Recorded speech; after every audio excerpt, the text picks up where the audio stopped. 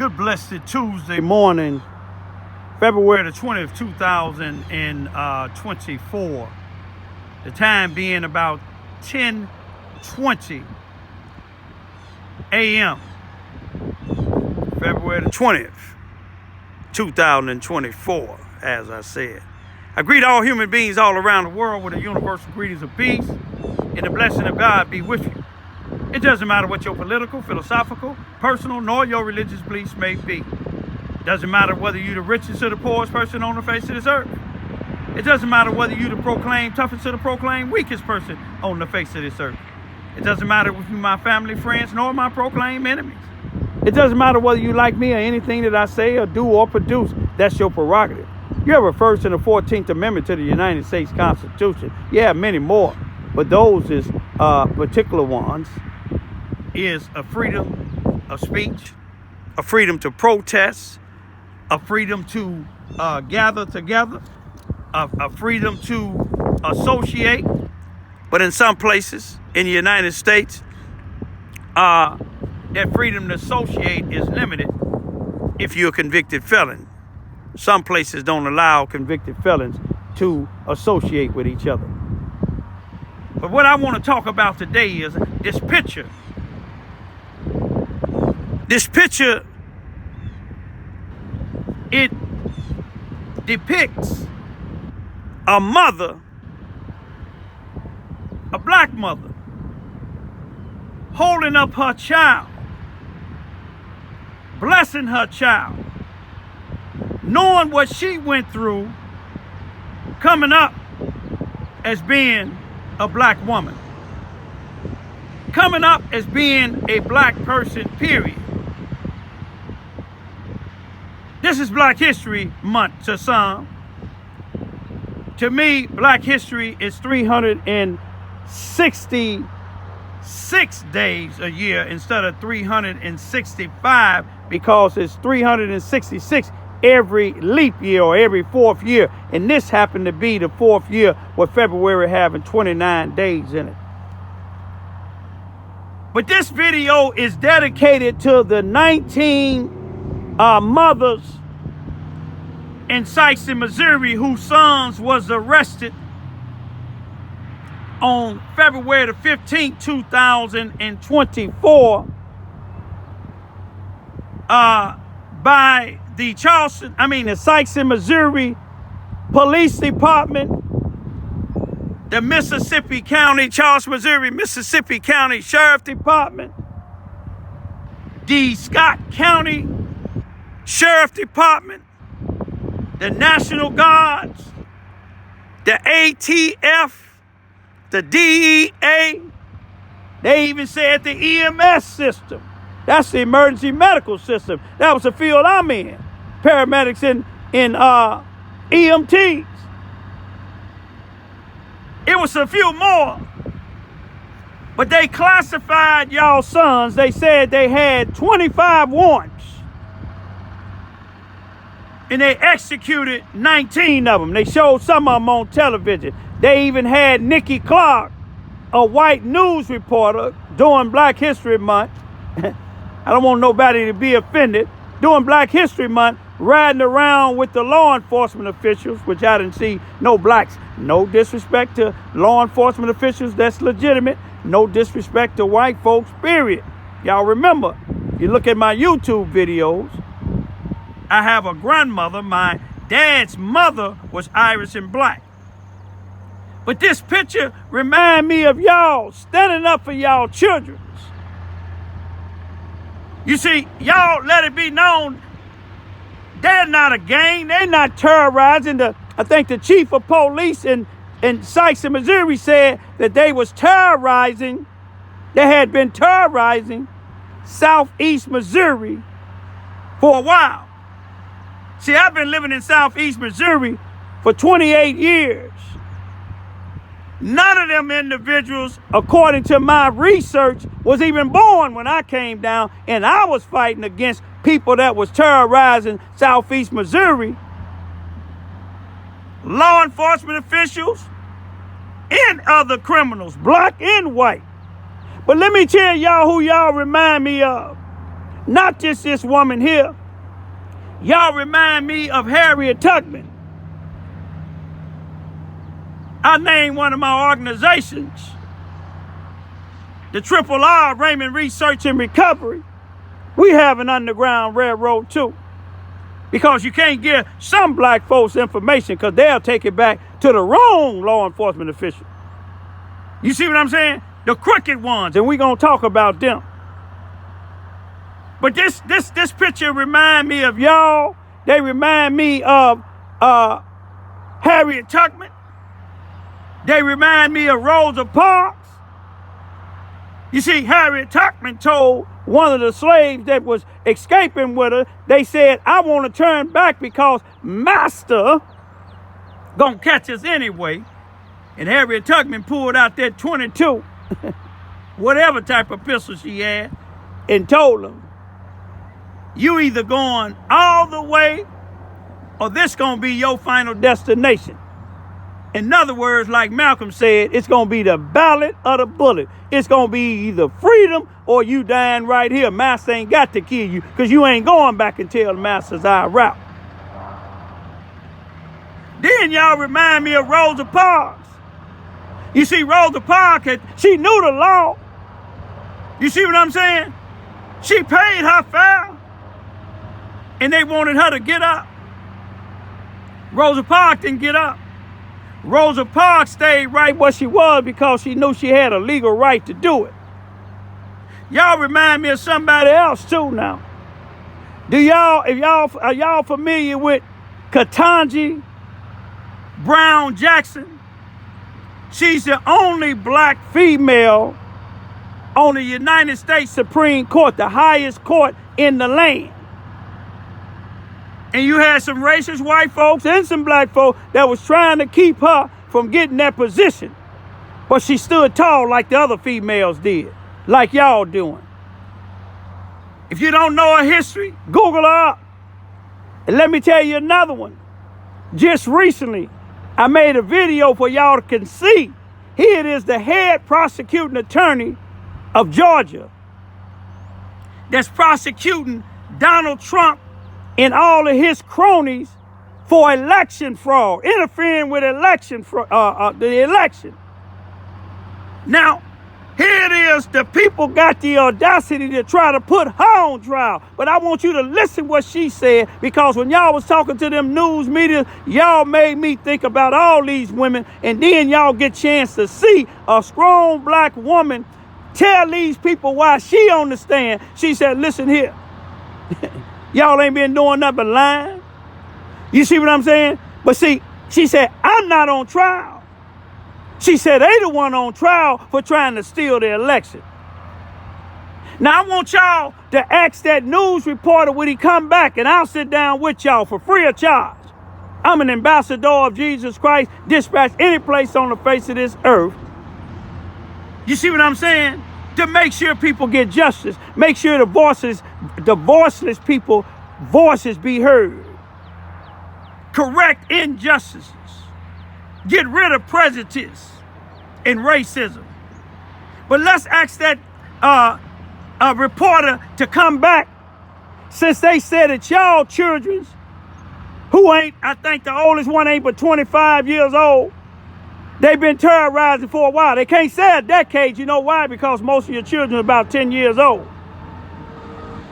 They can't say 30 years ago because they wasn't even born.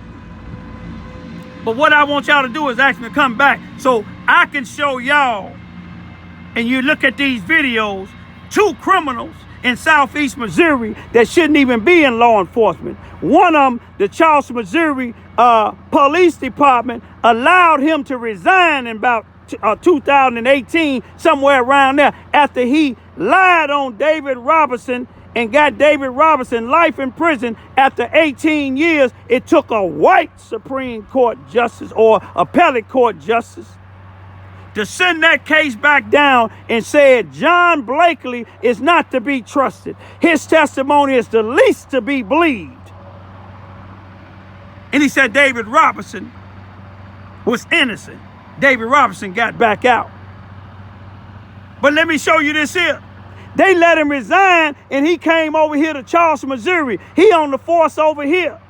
How is y'all gonna disregard what the appellate court said about one of y'all own, a detective that was out there setting up people in the black community?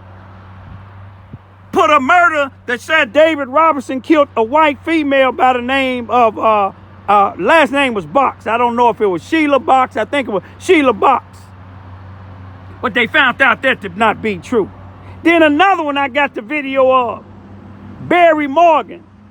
The Illinois State Police Department Criminal Division arrested Captain Barry Morgan from the Charleston, Missouri, Mississippi County Sheriff Department for a battery on a suspect, also for official misconduct, chasing a suspect that stole a truck from Charleston, Missouri, going through Illinois, and was shooting at him through the window while he's driving. And they arrested him. The Illinois appellate prosecuting attorney felt it was legitimate charges, and they charged him. They arrested him. But yet these two individuals are still out on the force. They said that y'all children is terrorizing. These individuals is terrorizing the communities in Southeast Missouri, and they wearing badges.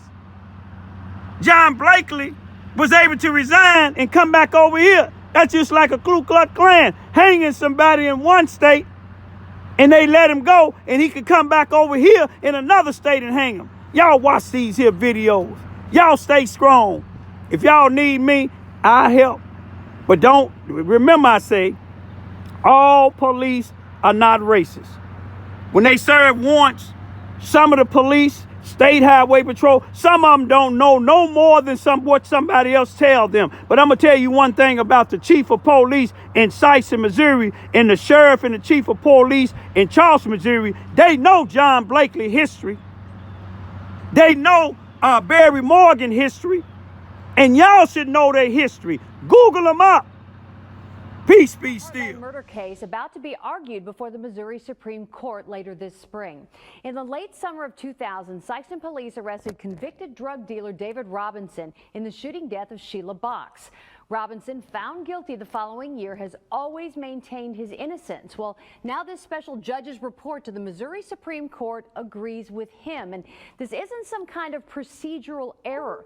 The judge who wrote this says David Robinson is innocent. The two key witnesses at his trial lied, and the detective behind his arrest in this report simply cannot be believed. I read this every day. I can tell you everything in there page for page. For David Robinson, this 91-page report to the Missouri Supreme Court puts a megaphone to the words he's repeated over and over again. I ain't no murderer. I ain't killed nobody. I didn't kill Sheila Box or nobody else, nor have I ever killed anyone. The state's high court called on Jefferson County Judge Darrell Missy to review everything in Robinson's case and gather new testimony. His report starts and finishes with the same assertion that Robinson is innocent. The pages in between detail an investigation that relied on questionable witnesses and no physical evidence, led by Detective John Blakely, described in here as not competent and not credible. After reading that, I felt like, wow, it's the same thing I've been saying for 17 and a half years. And it fell on deaf ears. On the night of August 5th, 2000, Sheila Box was shot as she sat in her SUV near this intersection on Sikeston's west side. Police arrested Robinson and a second man that night. They were questioned, their clothes tested for blood or gunpowder residue, and then released. But Robinson tells me he believes the focus stayed on him. It was more so that they wanted me more than they wanted anybody. And why? Why do you think they wanted you? Past history dealing with the police. Just get you off the street. Just get me off the street. According to Judge Missy's report, the only witnesses who implicated David Robinson at his murder trial were Albert Baker and Jason Richardson. Richardson testified he shared a cell with Robinson and overheard him bragging about the murder. But 3 years later, Richardson told investigators that wasn't true, and evidence shows he and Robinson were never cellmates. Judge Missy called his trial testimony profoundly unbelievable. Albert Baker, a paid informant for Sikeston police, testified he saw Robinson shoot Box. But in 2017, Baker said he lied, saying, quote, "The detectives said they would change my life." Baker got out of jail within hours of signing his statement against Robinson and received $2,500 in cash in the weeks after. Yeah, I forgive him. I even forgive Blakely because as long as I held on to hate, I couldn't move forward. Judge Missy has harsh words for Detective John Blakely, who took those statements from both Baker and Richardson. Missy says Blakely's testimony doesn't ring true, and the timing of Albert Baker's release from jail back in 2000 was no accident. Blakely denied that he didn't have nothing to do with Albert Baker getting out of jail. That was a lie. The judge called it a lie. The judge also called Blakely, quote, "the least credible witness to have testified before this court." What is credible, Judge Missy writes, are the numerous confessions given by this man, Romance Mosby. Several people testified that Mosby said... Farrell says he stands by his captain, Barry Morgan, who faces charges of battery and official misconduct. Here's a look at video from last September that shows Sheriff Farrell with Captain Morgan standing to his left. According to Illinois State Police, the state appellate prosecutor's office out of Springfield filed the charges against Morgan. They come nearly 6 months after the arrest of a man who allegedly stole a sheriff's department truck and drove it from Charleston into Illinois before being stopped in Johnson County. All state police will say is that Morgan faces the 2 counts for actions relating to that man's arrest. Sheriff Farrell, meantime, tells me their internal investigation found Morgan did nothing wrong during that arrest. Farrell goes on to say that Morgan, quote, has served and is serving Mississippi County and our profession admirably. Farrell also says it's unfortunate investigators would rather charge a fellow officer than Turn around and put your hands behind your back. No. Yeah.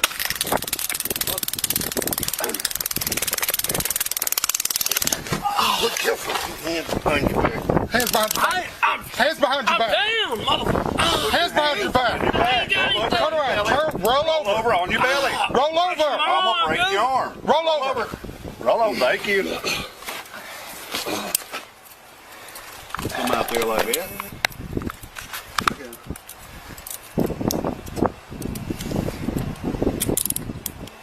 Now we can talk to you. Stand up. You've been served, motherfucker. Stand up. Thank you. Can I get my cigarettes? No. Have I been served? You really gonna come out here and give us attitude and then you want to smoke? How have I been served? Yeah, pass it with it. Right there. Been served. From who? From who? From us. Ex parte, buddy. And you got a warrant, so you're coming with us. Ain't got any warrants? Searches for public. No, I ain't got any warrants, man. We're just telling you, you do. You do have a warrant. Let's go. I'll transport them. That's fine. Come on.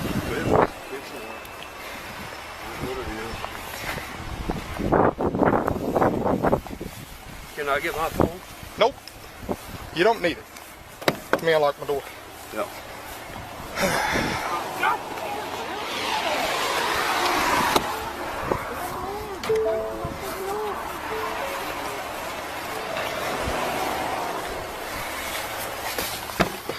Come on.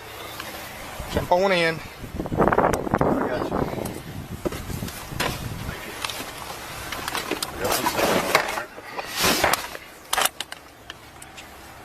I'm gonna secure his house. Make sure it's locked. That's fine. We could be doing really getting busy. Right, exactly. Let us enjoy ourselves. Why are he being like? That's why you're not to turn it off. You gonna buy that, ain't you? Huh? You gonna buy that? No, I just don't want it. Do we need to rotate or something? Cause why can't we? Right. Like exactly. Why you so mad? Exactly. No music. Music was good outside. Exactly. He said if don't nobody leave, he finna mace them. Oh my God. Never. Look at him. He's shaking up the mace. Oh my God. And then everybody running. I would never run. That's illegal. Is the high-profile face of the prosecution against former President Trump in the Georgia election interference case. Fani, F-A-N-I, last name is Willis. But late today, Fulton County District Attorney Fani Willis herself took the witness stand. And I've been very anxious to have this conversation with you today, so I ran to the courtroom. In an often contentious back and forth, It is a lie. It is a lie. Willis was pressed about details of her personal relationship with Nathan Wade, who she hired as special prosecutor on the Trump case. You and Mr. Wade met in October 2019 at a conference? That is correct. And I think in one of your motions you tried to implicate I slept with him at that conference, which I find to be extremely offensive. Willis's testimony was a shocking twist in a fiery evidentiary hearing that focused on allegations that Willis financially benefited from her personal relationship with Wade in the form of romantic getaways. Allegations first made by Trump co-defendant Michael Roman and his attorney Ashley Merchant in an effort to get Willis removed as prosecutor, a move that would throw the entire Georgia case against Mr. Trump into question. You think I'm on trial? These people are on trial for trying to steal an election in 2020. I'm not on trial, no matter how hard you try to put me on trial. At issue, who